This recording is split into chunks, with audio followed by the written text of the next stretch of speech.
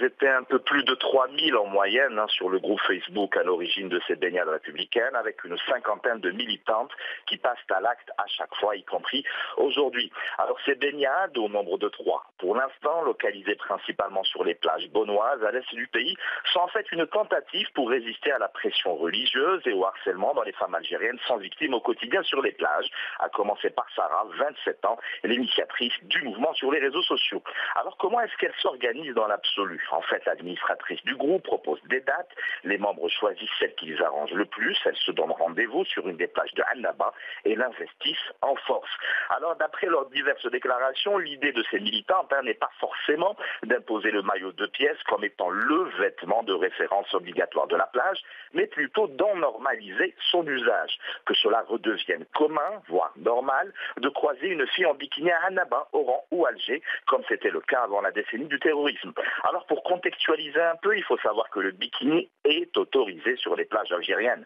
mais que les femmes qui le portent sont depuis quelques années mal vues, jugées, jaugées par des regards insistants qui peuvent carrément aller jusqu'à la violence physique, comme ce fut le cas il y a quelques jours à la Madrague. Alors le costume de bain devient donc par la force des choses l'instrument d'une négociation entre la femme algérienne et la société dans laquelle elle évolue. Ce sont en fait deux idéologies qui s'affrontent, deux visions des libertés individuelles, deux conceptions de la société algérienne.